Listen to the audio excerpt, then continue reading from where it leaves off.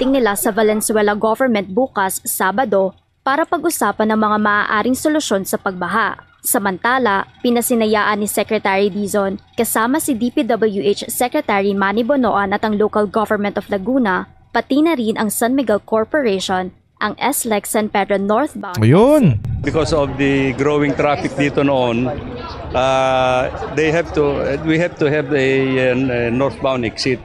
Kaya po yun ang naikatuparan. At kahit na matagal-tagal ng konti, at eto na po. Yan, okay na yan. Kasi pag nagkakape kami dyan sa SLEX Petron, umiikot pa ako ng Susana. Pero yan lang kasi ang parang ayan lang kasi ang part dyan na walang exit.